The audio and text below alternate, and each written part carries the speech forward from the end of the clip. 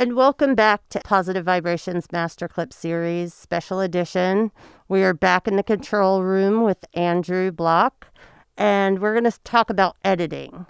So once tracking is finished and it's time to move into the editing phase, the editing consists of choosing best takes, finalizing the arrangement, fixing mistakes, cleaning up the audio. Tell us about that. Well, luckily for us, the audience wasn't there for the bad takes, so we're going to toss those out.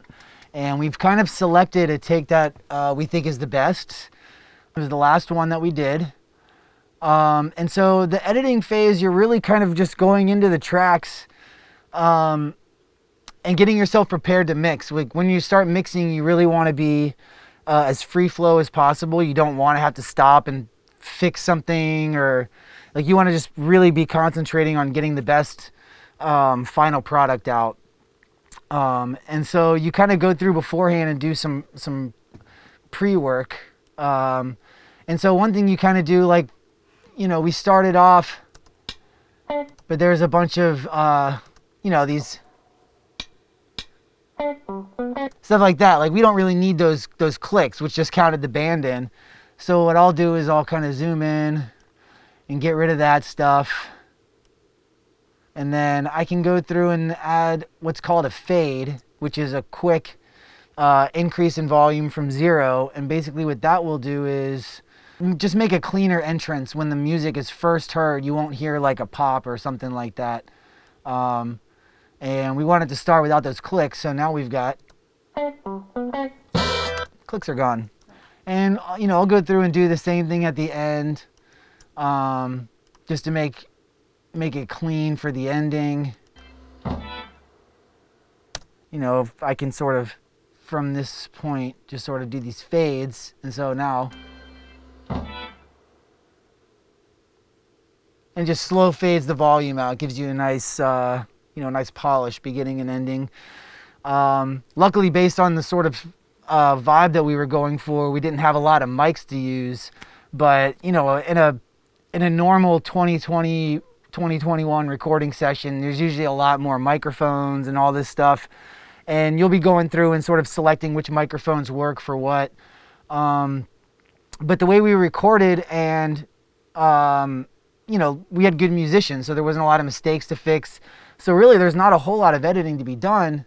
And that's kind of also one of the things with mixing and producing music in general, is you want to know when to do something, and you need to know when not to do something. A lot of times, engineers want to sort of put their stamp on it, but that's not really your job. Your job is to enhance whatever the artist gives you and make it the best that it could potentially be to serve the song. And I think in this case, we sort of got most of what we needed to get, during the tracking phase. So there's not a ton of editing to do. So this was an instrumental piece. What would you do if there were vocals along with this? So there's a process in recording called overdubbing. And once you've got the basic tracks done, if you've got, vocals, horns, maybe you want to add additional keyboard or like a tambourine or something, you'll just sort of play back the track as it is and throw some microphones out into the studio and just start compiling all of that. And that's where editing can get intensive, is when you've got a lot of overdubs. Maybe you've got a singer that does, it takes her, 4 or 5 takes to get the vocal performance that she's comfortable with. Then you would sort of go ahead and start picking the best versions of each line or whatever it is. And it can get really time intensive. The editing process is like usually, the longest process, I think. But if you do the edit right, then it makes the mix that much better.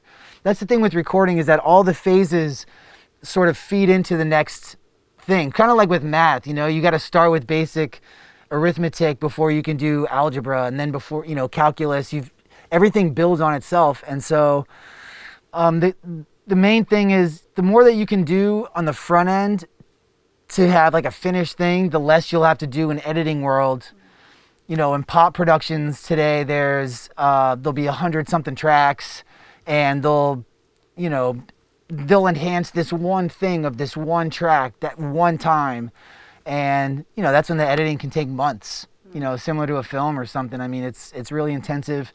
But again, you know, the vibe of the track today, the sound and the aesthetic that we were going for was something old school.